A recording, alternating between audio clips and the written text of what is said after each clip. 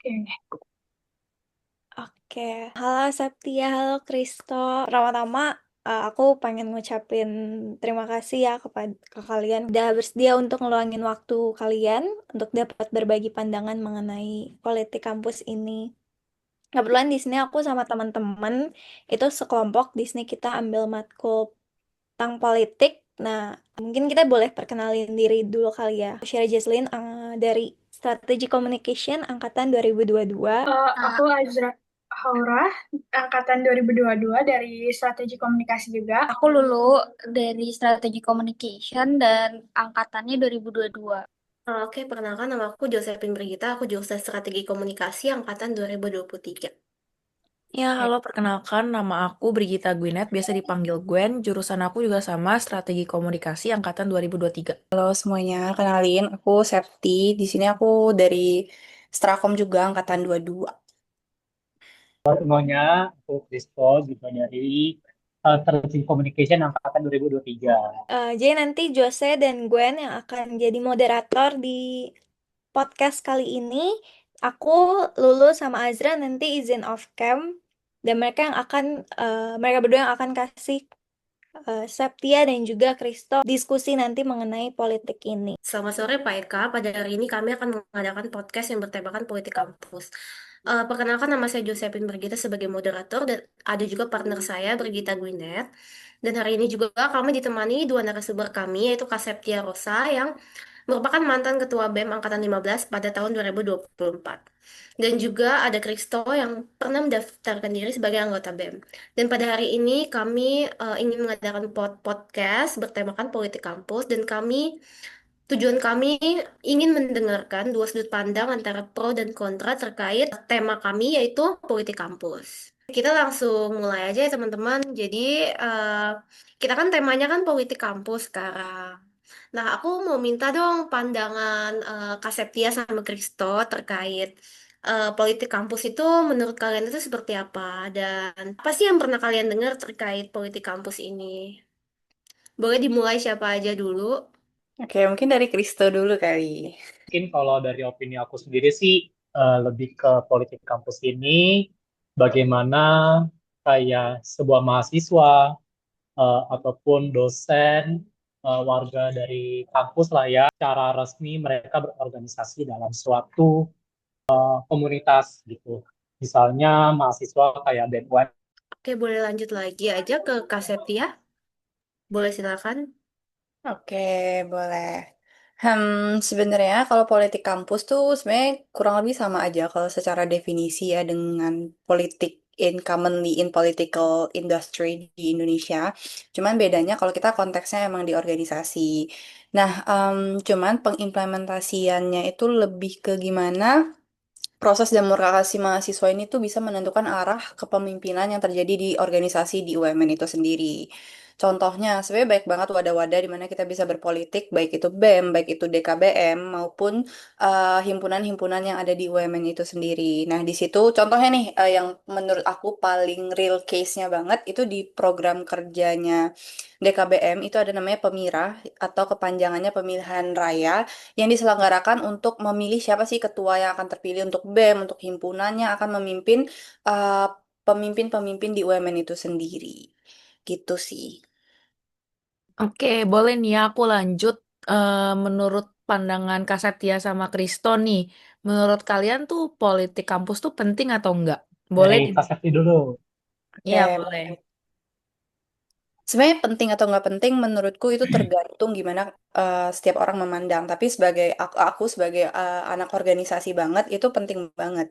Kenapa? Karena sesimpel gini sih. Ketika lu akan masuk ke industri masyarakat in real case-nya dan lu punya kesempatan untuk belajar di dunia kampus ya, disitulah lu harus belajar untuk bisa kritis ke politik Indonesia tapi lewat politik kampus. Itu penting. Karena baik lagi sih, politik tuh bukan cuma sekedar event tahunan kayak pemilihan setiap berapa tahun sekali, tapi juga gimana itu tuh menyangkut dan berkaitan erat dengan masa depan kampus itu sendiri. Dan siapapun, misalkan nih ketua ataupun wakil ketua yang terpilih dari kegiatan Pemira tadi, itu kan orang-orang yang akan dipandang sebagai wajah UMN yang akan menentukan UMN itu akan kemana sih. gitu. Ketika mereka memilih orang yang salah, ya outputnya pun akan salah.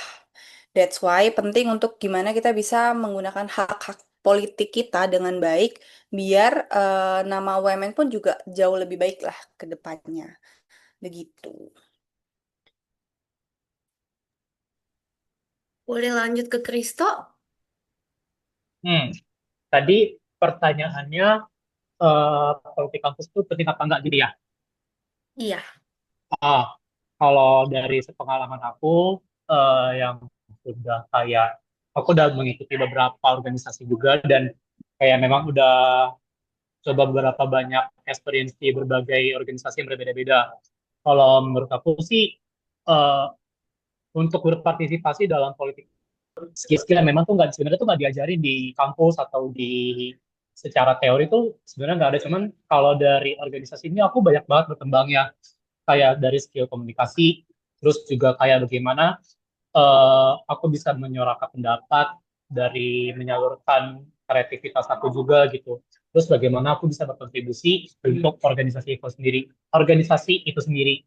Kurang lebih sih seperti itu ya. Oke, jadi untuk berkontribusi terhadap organisasi itu sendiri. Oke, jadi sebelum podcast ini, teman-teman kita ada melakukan survei terkait politik kampus.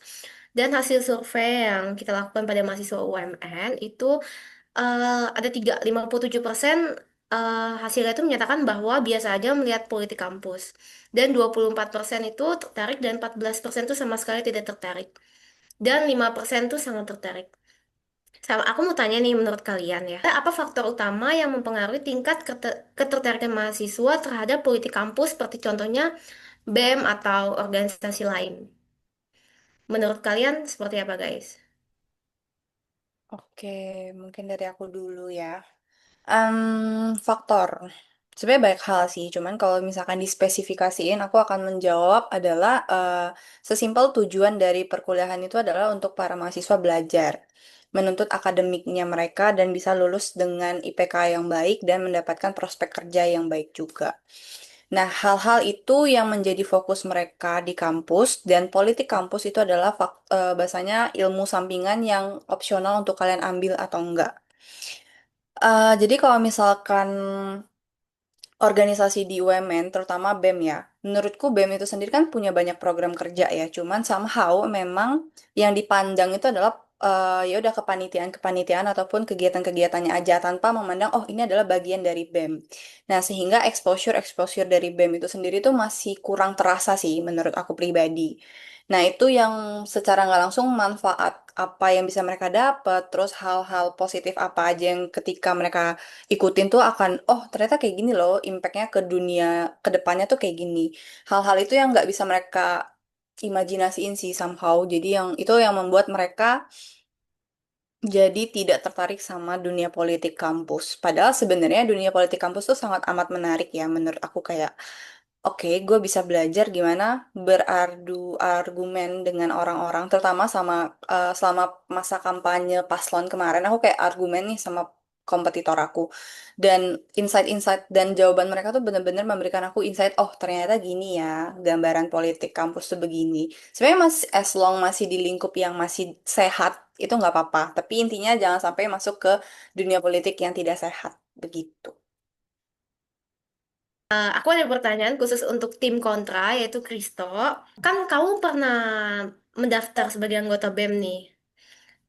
Dan itu menurut aku itu kegiatan positif banget yang pernah kamu lakuin. Dan aku mau tanya nih, eh, apa dampak positif seperti kebersyukuran atau apapun itu setelah kamu mendaftar jadi anggota BEM tersebut? Baik itu kamu diterima ataupun tidak, apa dampak Hmm. positifnya setelah kamu mendaftar BEM tersebut? Hmm. Nah, ini kebetulan ada ketua BEM-nya di sini waktu aku mendaftar. Jujur sebenarnya banyak banget yang dari proses seleksi BEM-nya justru. Sebenarnya ini aku juga nggak munafik sama sekali karena pada saat Iya. seleksinya kan juga bareng sama KPP juga gitu. Nah, tapi eh, dari seleksi kemarin BEM itu tuh aku sama sekali nggak menyesal karena dari situ tuh aku banyak belajar gimana caranya aku bisa bekerja dalam tim.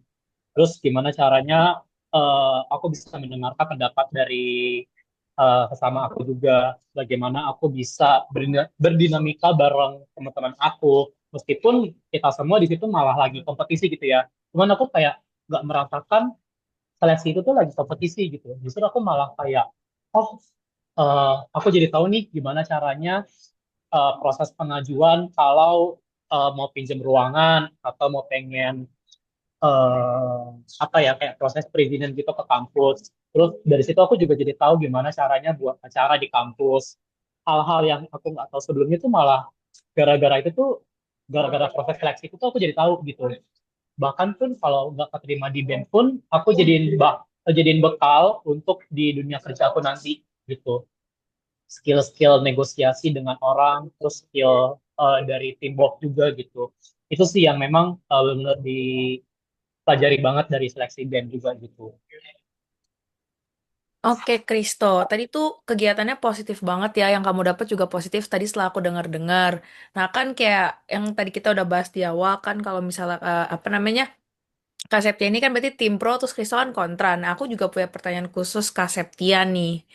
Jadi strategi komunikasi apa yang paling efektif digunakan BEM untuk menjangkau para mahasiswa yang selama ini cenderung apatis, Kak, atau tidak terlibat dalam pemilihan? Nah, itu tuh bagaimana Kak Septia tuh melihat kondisi politik kampus di UMN ini secara umum gitu. Oke, strategi ya. Sebenarnya kalau soal strategi itu basically simple banget sih. Jawabannya adalah based on keresahan aja. Kan banyak nih mahasiswa tuh punya keresahan. Oke lah, misalkan fasilitas di UMN, wifi-nya suka nge-lag, terus toiletnya apa nih, kurang tisu, airnya suka kuning, dan lain-lain. Sebenarnya hal-hal basic dari keresahan itu yang dimana BEM itu berusaha angkat, meskipun ini ada bagian ranahnya dari lembaga legislatif UMN, yaitu DKBM, tapi kita sebagai eksekutor pun kita punya hak loh untuk menampung hal-hal tersebut, terus kita bawa lagi ke DKBM itu sendiri.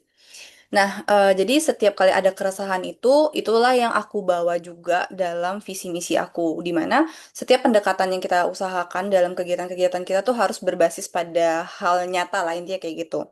Kalau misalkan Kristo juga tahu kayaknya sebelumnya tuh sempat diajarin di BEM tuh ada 7 mindset BEM, di mana kita tuh harus membuat keputusan ataupun membuat segala kegiatan tuh based on 7 mindset itu.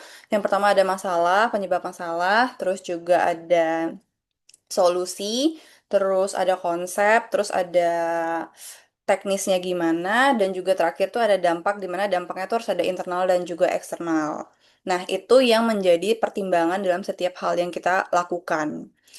Nah, dampak ini tuh menjadi penting. Kenapa? Karena ya baik lagi, dampak itu harus bisa ke mahasiswanya terlebih dahulu, baru bisa ke eksternal UMN. Terus, karena baik lagi sih, ketika gue menjadi ketua, kalau gue cuma bawa visi tanpa ada implementasi, ya apa artinya gitu, sama dengan orang-orang di luar sana yang tidak bisa menepati janjinya, kayak gitu. Jadi ketika strategi apa adalah mungkin kalau secara program kerja gue berusaha bawa sesuai dengan apapun impact yang bisa gue kasih ke internal maupun eksternal. Dan kalau dari gue pribadi, gue tuh selalu membawa diri gue untuk jadi seorang ketua yang bener-bener hadir untuk anggota gue sendiri dan juga mahasiswa di luar sana. Jadi kalau misalkan gue ketemu nih eksternal kayak kalian atau siapapun yang gue nggak kenal, ya udah gue akan memperkenalkan diri gue sebagai ketua BEM yang ramah dan friendly ke semua orang. Dan gue akan membuktikan bahwa oke, BEM itu selalu open loh ke semua orang tanpa terkecuali. Dan kalau misalkan kalian ada masalah pun, ya udah coba sampaikan ke BEM meskipun kita bukan ranah yang mengurusi hal tersebut, tapi kita akan membantu menjembatani segala masalah dan juga keresahan yang mahasiswa rasakan ke pihak UMN itu sendiri. Gitu. Oke, berarti tadi tuh cara strategi yang kakak pakai gitu ya untuk kayak apa sih istilahnya menghindari adanya juga kayak apatis gitu ya, kayak tidak terlibat dalam pemilihan gitu. Jadi kan kayak dari mahasiswa juga jadi lebih tahu gitu tentang visi yang kakak lakukan itu emang kayak bakal diimplementasikan gitu kan ya kak ya. Iya, betul. Oke. Ya, berarti Kakak Septia itu eh, menurut aku ketua BEM yang sangat menjunjung integritas banget. Ya, kalau soal WiFi UMN, memang benar WiFi UMN sampai sekarang pun juga masih bermasalah. Lanjut lagi pertanyaannya. Aku mau nanya nih ke Kak Septia sama Kak Kristo juga. Kali ini pertanyaannya untuk kedua-duanya. Menurut kalian nih ya, seberapa relevan sih politik kampus bagi mahasiswa UMN di tengah tuntutan akademiknya sendiri? Dan untuk karir mereka ke depannya. Kalau seberapa relevannya sebenarnya memang tergantung lagi dari kinerja masing-masing mahasiswa gitu ya. Karena kalau mau dilihat dari kenyataannya, kayaknya nggak semua mahasiswa yang eh, aktif di kampus kayak di organisasi gitu tuh sebenarnya beneran aktif di eh, pekerjaan di organisasinya gitu loh. Karena dari UMN sendiri aja kan juga ada tuntutan untuk memenuhi SKKN gitu ya. Nah, eh, buat aku sih kayak ngelihatnya sebenarnya memang relevan apa enggaknya itu tergantung dari kinerjanya dia, terus juga kayak yang dia eh, posisi yang dia ambil lah di organisasi tersebut gitu. Kayak hmm, misalnya aku lah ya, aku kan dulu pernah jadi divisi registrasi sebenarnya di Maksima gitu. Tapi to be honest, registrasi kan sebenarnya eh, nggak terlalu relate gitu ya dengan jurusan aku gitu. Tapi kalau mau relevan apa enggaknya, sebenarnya sih bisa dikatakan relevan, tapi bisa dikatakan juga enggak gitu. Tergantung memang itu balik lagi pekerjaan yang dia ambil di organisasi itu dan kontribusinya selama mereka berpolitik di kampus. Kurang lebih sih aku opening kayak gitu. Boleh silakan lanjut lagi. Oke, boleh-boleh. Oke, aku sebenarnya agak bertentangan dengan si Kristo tadi ya, Mas. Kalau aku percaya bahwa dimanapun kalian berada di sana kalian akan tetap belajar. Apapun divisi yang kalian ambil meskipun gak relevan dengan jurusan, ya tetap akan ada satu value yang akan kalian ambil. Karena ya baik lagi, ketika kalian join sesuatu, itu adalah satu hal dan keputusan. Dan ketika kalian membuat keputusan, itu adalah sebuah hal pembelajaran juga sih karena decision making juga something soft skill yang sangat penting sih dalam hidup kita gitu. Dan kalau ditanya relevan nggak sih politik kampus bagi mahasiswa UMN sendiri baik itu dalam akademik dan juga karir, menurutku sangat amat relevan terutama untuk jadi bekal soft skill ya. Dimana nih ya ketika lu udah stres dengan akademik lu, dengan dosen lu yang banyak ya misalnya jenis dosen kan banyak ya ada yang kayak ribet secara time harus kayak ketat banget nih harus on time harus yang kayak oke kalau jawaban tuh harus kayak gini gini gini tapi lu tetap bisa ngambil sebuah kepanitiaan ataupun organisasi yang dimana dalam setiap organisasi itu pasti ada dramanya. Nah, ini nggak bisa dipungkiri banget sih. Konflik-konflik yang terjadi di organisasi itu buat gua untuk bisa belajar, oke, gimana ya ketika kita ngadepin orang bentukannya A, oke, kita solve problemnya, kita dengerin dulu, terus baru kita nih sampein pendapat kita mau gimana. Itu adalah soft skill pertama, yaitu manajemen konflik. Gimana lu belajar komunikasi untuk bisa jadi pendengar sekaligus pembicara yang baik. Terus yang kedua, manajemen waktu. Aku belajar di mana, oke, ketika lu udah kuliah, ya udah gue kayak kuliah tuh somehow membosankan juga loh. Kalau misalkan lu nggak menambah dengan organisasi. Ketika lu ketemu organisasi, lu akan belajar dan explore banyak hal, dimana ketika lu explore, lu akan pakai lebih banyak waktu lu buat lebih produktif. Tapi somehow produktif tuh bisa berdampak pada manajemen waktu yang buruk. Nah, itu PR di mana kalian harus bisa belajar untuk ya udah manage waktu lu dengan sebaik mungkin dengan kapasitas diri lu. Jadi you should know your capability and you should manage your time gitu. Dan terakhir tanggung jawab. Tanggung jawab sebagai mahasiswa itu juga penting, tapi tanggung jawab sebagai organisator itu juga penting. Apalagi aku sebagai ketua BEM, ya komitmen aku sebagai ketua tuh benar-benar dipertanyakan nggak cuma sama mahasiswa, tapi juga sama anggota aku. Nah, aku kan ketika jadi ketua BEM itu di posisi lagi magang ya. Jadi aku magang tiap hari di Jakarta, eh 8 to 5, tapi aku tetap berusaha untuk datang di rapat aku hari Rabu secara offline. Aku bener-bener yang kayak, oke, jam 5 tank, aku langsung ke stasiun dari Sudirman tuh ke Cisauk, sampai jam 7 di UMN. Sebenarnya basically jam segitu tuh rapatku udah kelar, tapi kenapa aku tetap stay dan go to UMN karena sesimpel komitmen aku tuh bukan cuma untuk hadir dalam rapat, tapi juga hadir buat mahasiswa dan juga anak-anak BEM itu sendiri Ya udah, jadi aku jam 7 di sana cuma untuk nongki dan ngobrol-ngobrol sama mereka, kayak dengerin aja keluh kesah mereka tuh apa sih kayak gitu. Jadi ya being a good leader juga sih aku belajar dari sana. Jadi cukup relevan sih. Nanti di dunia kerja di magang pun aku belajar, oke, ketika gue handle project, eh, gimana ya biar gue tuh nggak terlihat dominan banget sama kartapnya, tapi juga gue tetap dominan. Oke, gue bisa nih menyampaikan pendapat gue gitu. Jadi relevan banget sih kalau secara karir ataupun akademik gitu. Oke, keren banget ya tadi jawaban dari Kak Septia dan juga Kristo. Tadi aku jadi dapat dari dua insights gitu ya. Nah, untuk pertanyaan berikutnya dari aku nih, ini mungkin agak sensi sih, soalnya bahas financial nih. Nah, menurut kalian tuh sejauh mana sih faktor finansial itu tuh bisa mempengaruhi dinamika politik kampus di UMN? Boleh dari siapa aja bebas. Oke, Aku boleh, mau dengar boleh. opini Kak Septi. Sebenarnya kan kalau di UMN tuh kalau dulu aku waktu kampanye itu kan emang tidak diperkenankan untuk yang gimana-gimana banget ya. Pokoknya kan kalau di dunia nyatanya kan ada ya penggunaan finansial kayak gitu. Cuman kalau di UMN finansial tuh nggak sepengaruh itu untuk peluang lu menang atau enggak. Karena emang sistem di kita itu memungkinkan siapa aja untuk maju tanpa biaya pendaftaran ataupun kampanye yang besar-besar banget gitu sih. Dan kalau misalkan lu punya, lu pengen untuk ya udah gue share ataupun pakai SDM dari mahasiswa UMN, ya ataupun eksternal UMN, ya lu bakal pakai spend uang lu sendiri sih. Tapi itu sifatnya opsional banget. Tapi baik lagi kondisi finansial pribadi yang sehat tuh akan membantu seseorang menjadi pemimpin yang lebih baik dan leluasa juga sih. Karena baik lagi fokus lu ketika lu kampanye tuh ya udahlah visi misi lu apa, dan implementasinya tuh gimana. Nggak ada yang terbebani sih secara personal, kecuali nih kalau aku sih emang mostly secara implementasi mungkin lebih ke ini, misalkan aku nongkrong nih sama anak-anak BEM ataupun sama mahasiswa yang aku kayak oke sama organisator mana gitu, aku lagi mampir nih kan karena aku jarang-jarang ke kampus. Sekali aku datang ke kampus somehow aku kayak beli something yang emang bisa membuat kita ngobrol dan bonding bareng.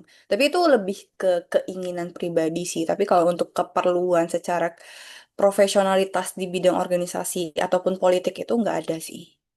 Gitu. Kalau dari aku sendiri tentang faktor finansial yang mempengaruhi dinamika politik ya. To be honest, dari pengalaman aku berorganisasi, jujur sebenarnya faktor finansial ini benar-benar sangat berpengaruh karena eh, nggak ada satu kayak kayak ada pepatah nggak ada satupun di dunia ini yang gratis, termasuk kita beraktivitas gitu kan. Kayak kita ada di organisasi juga ada iuran, bayar uang kas, terus bayar denda. To be honest, eh, itu aku tahu memang itu sebuah kewajiban gitu ya. Cuman sama kalau misalnya sudah menumpuk tuh sangat membebankan ke mahasiswa. Apalagi dari ini mohon maaf kayak safety kalau kayaknya agak sensitif banget nih. Apalagi kayak kalau soal denda gitu misalkan kita nggak bayar terus bisa jadi di blacklist dari band gitu kan yang sebenarnya kita mau aktif gitu cuman eh, beberapa mahasiswa kan belum, maksudnya kita nggak bisa samakan sama ratakan lah ya kayak mahasiswa UMN kaya kaya gitu kan. Kayak beberapa mahasiswa kan adalah yang memang kondisi keuangannya lagi terganggu gitu. Jadi eh, buat mengeluarkan uang untuk kas dan bayar denda tuh kayaknya buat mereka tuh terlalu berat gitu. Dan kalau eh, kayak sistem seperti ini untuk di politik kampus kayak diwajibkan, lama-kelamaan juga jadi toxic juga gitu loh buat pribadinya karena mereka mau aktif di kampus tapi kayak terhalang kondisi ekonomi tuh nggak enak banget. Karena aku juga sempat eh, mengalami lah hal seperti itu kayak ada kesulitan untuk bayar juga. Cuman kayak at the end ya tetap aku bayar juga karena memang ada ancaman lah kayak tanda kutip SKKN-nya nggak turun atau bagaimana kan kayak dulu tuh masih habis-habisnya gitu loh. SKKN tuh harus harus ada, terus SKKN organisasi tuh harus dikumpulin gitu. Ya sebenarnya ini emang dark system lah ya cuman eh, dari sisi positifnya aku melihat memang masing-masing orang tuh harus ada kewajibannya yang memang dipenuhi dan memang kewajibannya tuh eh, at least kita tahu lah kalau kita sebagai bagian dari komunitas ya kita tahu kewajiban yang harus kita penuhi gitu. Jadi sih kayak gitu. Oke, berarti itu jawaban dari Kristo ya. Seru nih, sampai ngakak. Oke, berarti sampai ngakak soal jawabannya. Iya benar sih, maksudnya bisa Bener relate gitu. banget. Bisa relate juga sih maksudnya dari sisi Kak Septia ataupun Kristonya gitu. Iya, soalnya nih teman-teman, aku juga pernah ada pengalaman. Mungkin aku nggak bisa sebut apa, tapi semacam organisasi atau event di mana kita memang harus bayar taruh uang yang besar di situ. Dan benar kata Kristo bahwa tiap orang punya kendala finansial yang berbeda-beda. Oke, lanjut lagi nih ya. Aku mau nanya lagi kalian. Mungkin ini agak sensi juga sih teman-teman. Sensitif Menurut terus nih. kalian, sensitif banget sih ya. Ya, menurut kalian nih ya. Kalian tahu praktik money talks? Mungkin nyogok gitu ya. Nih, misalkan organisasi lain deh nggak usah di UMN atau apapun organisasi yang pernah kalian lihat. Apakah Money Talks itu berpotensi menciptakan ketimpangan kesempatan bagi kandidat kandidat lain dan mengapa menurut kalian? Mungkin dari aku dulu kali ya. Oke, sebenarnya menarik sih tentang Money Talks ini. Cuman somehow banyak orang yang masih belum tahu ya tentang Money Talks itu. Kalau based on experience aku di beberapa kepanitiaan, Money Talks ini nggak berjalan sih di UMN. Cuman kalau misalkan emang ada hal yang terjadi, misalnya ada yang terjadi kayak gitu di UMN, menurut gua itu bisa jadi berpotensi menciptakan ketimpangan. Tapi menurut gue BKG ini real case-nya adalah di UMN kan budaya mahasiswanya cukup kritis ya.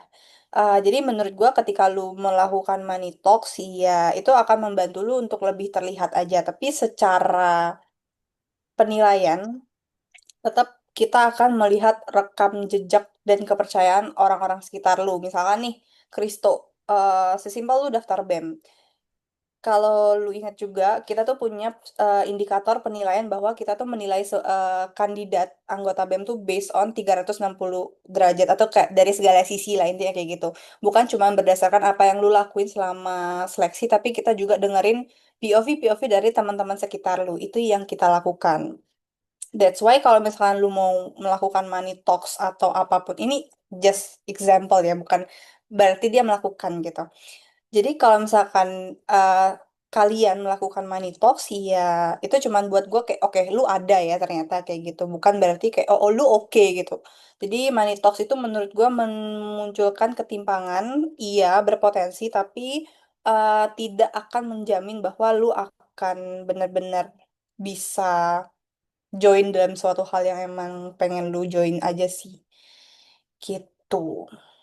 Tapi kalau selama proses kampanye aku kemarin dari Permiranya tuh memang membuat regulasi bahwa di mana lu harus mencari, pokoknya kita disuruh bentuk tim kampanye sendiri di mana itu tuh tidak boleh satu jurusan ataupun tidak boleh merupakan anggota BEM itu sendiri untuk meminimalisir ketimpangan-ketimpangan kayak gitu. Jadi jangankan soal money talks gitu. Bahkan di UMN untuk lu bisa cari orang yang sejurusan untuk mendukung lu aja itu sangat tidak mungkin gitu sih. Aku pendapatnya berbeda. Boleh. Diposisikannya sebagai tim beda pendapat ya. Kalau memang sih kalau di UMN aku melihat mahasiswanya menjunjung integritas yang tinggi ya karena memang pendidikan di UMN itu sendiri kan memang udah tergolong tinggi artinya memang integritasnya juga sudah diutamakan apalagi dari budaya UMN itu sendiri.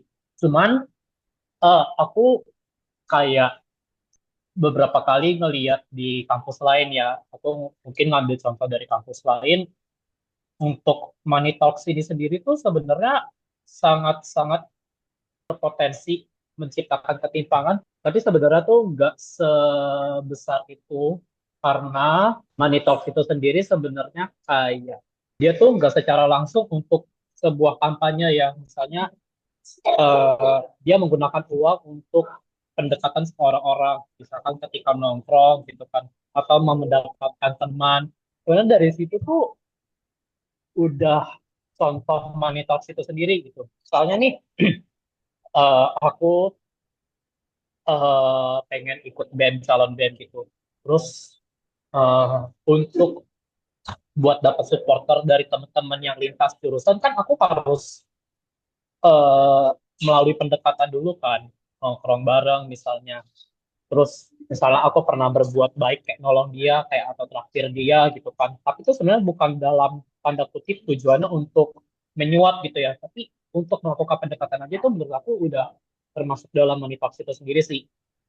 Jadi ya hal itu malah bisa jadi ketimpangan untuk kandidat lain yang nggak punya kesempatan untuk bisa nyebar koneksi di kampus gitu misalnya, atau kayak beberapa mahasiswa di UMN, kayak aku tuh sebenarnya punya banyak banget teman yang bagus banget sebenarnya secara kualitasnya, cuma mereka tuh nggak mau terlibat dalam satu organisasi atau terlalu aktif gitu di kampus terlalu dalam karena ya simple as mereka tuh nggak punya koneksi aja. Karena aku ngeliat kalau di UMN ini sendiri untuk seleksi itu tuh udah benar-benar kayak hanya dari mulut ke mulut. Kalau kayak eh, jadi koor itu kan ditarik ya dari mulut ke mulut gitu. Itu kalau nggak dari kemampuannya orang itu sendiri ya paling dari teman gitu kan. Kayak lu mau nggak gitu jadi koor di sini gitu. Ya teman itu kan kayaknya bisa jadi dari kayak bisa nongkrong bareng atau kayak sering pokoknya deket lah gitu. Itu menurut aku bisa jadi contohnya sih. Oke, berarti kalau menurut Kristo itu kayak yang kayak tadi dibilang kalau misalnya kayak money talks itu nggak harus selalu berupa duit gitu ya, maksudnya sogokan langsung secara uang, tapi maksudnya pendekatannya pun juga bisa gitu ya.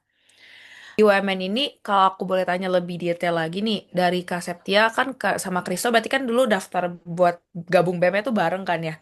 Nah itu tuh ada nggak sih maksudnya kayak kadang tuh apa namanya nggak harus teman sih misalnya tuh kayak ada aja kan namanya kita kan nggak tahu ya hati orang kan ada aja niat jatuhin kan maksudnya itu kan tanpa bukti kayak kadang suka menuduh atau apa misalnya ada pasti ada persaingannya juga kan ya karena ada pasangan calonnya segala macam juga kan nah itu tuh ada nggak sih maksudnya kayak denger-dengar gitu rumor atau apa gitu kan itu juga bisa tergolong kayak black campaign nah itu boleh mungkin dari Kristo atau Kak Septianya. Menarik. Agak takut ya. Cuman dari sepengalaman aku, waktu itu aku daftar BEM dan setelah aku yang data juga nih kan ada penilaian juga dari Kasepti gitu dan Pemira saat itu juga. eh untuk masuk ke seleksi BEM ini kan seperti yang kata Kasepti kan dilihat dari berbagai sisi, termasuk dari sosial seseorang itu kemampu secara moralnya juga gitu. Nggak tahu kenapa waktu itu pada saat aku seleksi eh, aku kayak lagi dijatuhkan dari berbagai pihak yang menjelekkan reputasi nama aku, dan dari situ tuh mempengaruhi eh, proses seleksi aku di BEM gitu. Jadi kayak beberapa supervisor kayak udah mendengar juga gitu beritanya, yang aku pun nggak bisa klarifikasi karena aku pun nggak tahu masalahnya apa gitu. Aku dengar hanya kayak, oh si Kristo nih udah bla bla bla bla bla bla gitu. Yang kayak aku tuh nggak ada kesempatan untuk klarifikasi dan ya jatuhnya hmm, menjatuhkan nama reputasi aku juga sih. Cuman ini masa lalu itu. Cuman mungkin kayaknya memang ada beberapa lah ya penilaian yang mungkin kalau dari POV aku dari tangkap aku seperti itu. Cuman kayaknya pasti adalah pertimbangan dari BEM BEM yang mungkin ada hal-hal lain gitu. Itu dari opini aku sih. Oke, oke. Sebenarnya kalau misalkan dibilang ada case kayak gitu ada atau enggak, em, di aku tuh nggak ada. Tapi waktu aku kampanye tuh emang aku sama paslon 2 tuh punya punya visi misi yang sangat mirip, tapi balik lagi ya, setiap kali kemiripan itu pasti ada perbedaan. Nah, kita tuh emang punya proker yang sama-sama berfokus pada internal kita, di mana kita oke, kita harus menjunjung tinggi kesetaraan pemahaman antara anggota BEM dan lain-lain, tapi emang namanya aja beda kayak gitu. Dan teknisnya juga beda. Tapi itu di tahunnya aku menjabat jadi ketua, pas setahun sebelumnya aku lupa. Tapi intinya ada dua kegiatan. Dia tuh punya tema yang mirip banget, bukan mirip sih. Menurut gua ya mirip doang sih. Tapi salah satu kegiatannya tuh yang kayak mempermasalahkan, nggak bisa, gua udah duluan nih, gini gini gini gini. Padahal menurut gua pribadi ya itu tetap ada perbedaan gitu loh. Tapi si kegiatan ini tuh terlalu kekeh, itu udah jadi ide gua kayak gitu ya. Menurut gua kayak basically gini, ide tuh kan berasal dari berbagai sumber ya, dan mostly kan kita sekarang udah pakai AI dan lain-lain. Jadi nggak bisa dipungkiri ide tuh bakal ada yang mirip gitu. Gimana menanggapi orang-orang yang kayak gitu? Sebenarnya kalau di BEM itu sendiri kita ada namanya sistem sounding. Ketika sebuah kegiatan sudah punya ataupun udah membuat tema fix, itu wajib di sounding ke seluruh anak BEM yang lain untuk diinformasikan ke seluruh organisatornya. Tujuannya apa? Untuk meminimalisir adanya hal-hal kemiripan kayak gitu sih. Gitu. Sebenarnya ya ide pasti ada yang mirip, ada yang beda, ada yang ya ya mirip-mirip gitulah intinya gitu. Tapi balik lagi gimana kalian mau ambil sudut pandang bahwa kemiripan itu bisa jadi inovasi ataupun jadi hal yang baik untuk dipertahankan. Gitu. Oke Kak, jadi dari yang aku tangkap, mungkin kalau misalnya memang ada ide kita yang mirip, kita jangan berpikir negatif dulu kalau dia memang niru kita gitu ya Kak. Iya, betul. Nah, untuk Kak Septia sama Kristo nih, kira-kira gimana ya kayak cara bedain kritik yang sehat dengan black campaign? Kan black campaign itu tuh kan misalnya bisa jadi tuh kayak dia berupa kritikan. Cuman misalnya mungkin kritikannya tuh agak kurang mengenakan. Menurut kalian cara bisa bedain tuh gimana gitu? Kayak ini kritik yang sehat nih, emang dia pure kasih kita kritikan, masukan ya buat biar kita jadi lebih baik lagi gitu. Atau misalnya emang dia kayak ya sebenarnya cuman emang suka kritik doang, emang tujuannya misalnya buat jatuhin kita gitu. Oke, Nah, ini bebas boleh mulai dari siapa dulu aja. oke, boleh dari aku dulu kali ya. Em, Simple aja sih, kritik sehat sama black campaign gimana bedainnya? Kalau kritik sehat itu objektifnya adalah membangun. Baik lagi membangun itu harus based on data ataupun bukti. Kalau misalnya nih kalian mau ngadu, oke, gue tuh nggak suka banget deh sama kepanitiaan ini. Kenapa? Harus ada kenapa dan lampirin buktinya. Gitu baru bisa kita lihat, oh oke, masa lalu tuh ini. Kenapa? Karena lu menggunakan sudut pandang ini. Nah, kalau misalkan orang yang kayak di awal udah mau ngeluh tapi yang kayak, pokoknya gue tuh nggak suka deh. Nah, mostly tuh orang-orang yang kritik doang tuh dia tuh yang kayak sudut pandangnya feeling banget gitu loh, ngerti gak sih? Yang kayak, oke gue tuh nggak suka sama dia karena tuh dia tuh gini gini gini gini. Padahal yang kayak, ya sebelum lu nilai orang atau lu nilai sesuatu ya lu coba nilai diri lu dulu. Apa yang membuat diri lu tuh bisa kayak gitu dan gimana lu bisa membuat sudut pandang itu terhadap kegiatan tersebut lah intinya begitu. Dan gue pribadi pun sebagai orang yang kayak oke, jadi BEM tuh emang harus mendengarkan banyak pendapat mahasiswa ya menurut gue kayak gitu. Tapi tidak semua hal itu akan selalu gue dengerin. Kalau misalkan ada orang yang bilang, kenapa sih BEM tuh harus gini gini gini? Kenapa nggak gini gini gini gini? Ya udah somehow itu adalah kunci di mana pentingnya transparansitas untuk menjawab. Iya, opsinya cuma dua, lu harus siap menjawab atau lu harus siap dikritik sama orang. Dan kalau kritiknya emang membangun, ya terima. Kalau emang nggak membangun, ya kalau gue sih masuk kanan keluar kiri aja sih. Itu. Dan jadi PR gimana? Oke, lu juga nggak boleh jadi orang yang negatif lah buat orang lain. Tapi kalau misalkan emang nih orang melakukan kritik yang benar-benar menjatuhkan BEM banget, tuh biasanya gue tegur. Karena baik lagi ketika nih orang nggak diubah pola pikirnya, dia akan terus menyebarkan hal-hal negatif. Jadi penting banget juga peran lu sebagai manusia yang nggak cuman peduli sama diri lu, tapi juga peduli pada impact apa yang orang lakuin. Gitu sih. Kalau dari opini aku sendiri, justru kalau membedakan kritik sama black campaign, as simple, kalau kritik itu biasanya kayak eh, kita nggak suka nih kinerja ke orang itu gitu misalnya. Kenapa kita nggak sukanya?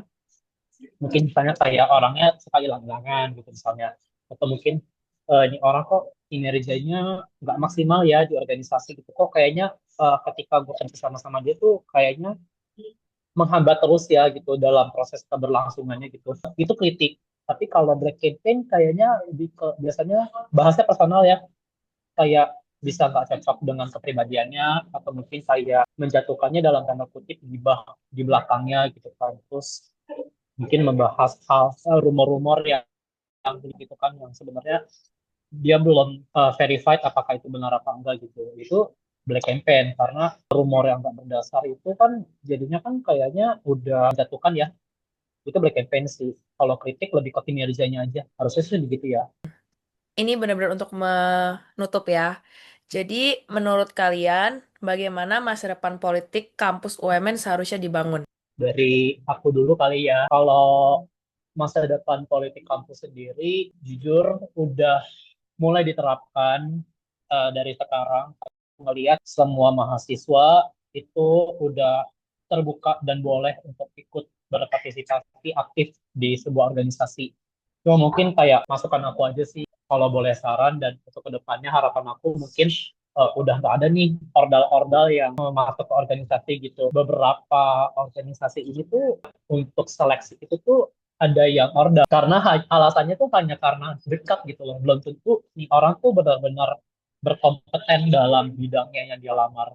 Hanya kayak merasa dia dekat dan butuh teman direkrut gitu. Budaya kayak gini nih masih aku lihat di beberapa organisasi gitu. Bukan organisasi besar, tapi beberapa organisasi ini masih aku lihat, apalagi kayak organisasi kecil yang memang membutuhkan peserta gitu. Mungkin kayaknya hal ini memang harus diperbaiki gitu sih. Dan menghapus kewajiban untuk membayar denda dan markas mengancam kayak SKKM nggak turun gitu. Itu baik, cuman kayaknya emang harus sedikit dirubah lah ya. Dari aku sih gitu. Sebenarnya menarik sih terkait masa depan politik gimana yang diekspektasikan. Kalau untuk ekspektasi pastinya tuh pengennya adalah yang pasti jujur ya, yang kayak adil, yang kayak Kristo harapkan. Cuman balik lagi sih, jujur dan adil tuh somehow tidak bisa menjadi acuan untuk keseluruhannya sih menurutku. Yang aku harapin tuh lebih ke gimana organisasi ataupun politik di kampus itu bisa berjalan based on performance dan juga profesionalitas. Jadi benar-benar ketika lu menjadi baik itu anggota ataupun jadi ketua atau apapun itu, ya itu harus dibangun berdasarkan emang lu punya kapabilitas dan punya komitmen serta lu punya integritas untuk menyelesaikan tanggung jawab lu. Nah, ketika lu menyelesaikan tanggung jawab lu, ya lu akan mendapatkan sesuatu. Contohnya adalah SKKM. Nah, sebenarnya aku cukup pengen membahas terkait soal harus membayar denda dan lain-lain, dan juga SKKM yang diancam tidak diturunkan. Sebenarnya begini sih, kalau misalkan dari sudut pandang sebagai organisator, kan kalau yang soal kayak, oke SKKM nggak diturunin gini-gini ini nggak adil banget gitu. Sebenarnya itu sudut pandang pesertanya ya, misalnya kayak panitianya.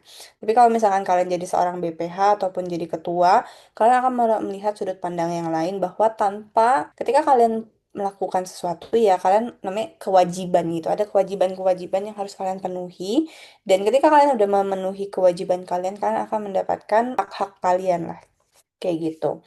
Nah, untuk bisa menjalankan hal tersebut, mana kalian mengkomunikasikan kendala kalian ataupun hal-hal misalnya kendala finansial ya udah sampein aja ke BPH kalian. Kalau misalkan kalian nggak mau kena denda ya lakukan kewajiban kalian sesimpel kayak gitu.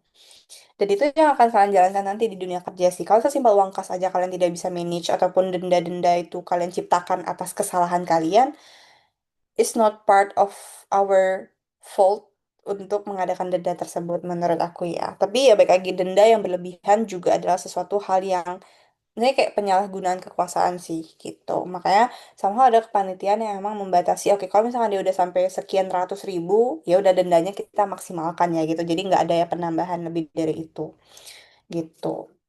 Mungkin hal-hal yang kayak gitu yang harus kita tanamkan juga ke depannya biar tidak membebankan kegiatannya, tetapi juga kalian juga belajar untuk bertanggung jawab atas kewajiban kalian dan berhak menerima hak-hak kalian gitu. Dan terakhir, kalian tuh ketika menjadi mahasiswa tuh bukan cuman sekedar mahasiswa kupu-kupu biasa, tapi kalian tuh akan menjadi representasi dari kampus ketika kalian menjadi bagian dari organisasi.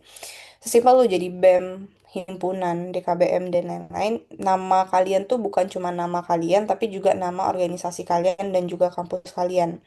Jadi bekerjalah seprofesional mungkin di mana kalian menganggap oke organisasi itu adalah tempat kalian bekerja dan belajar untuk bekerja di dunia nyata.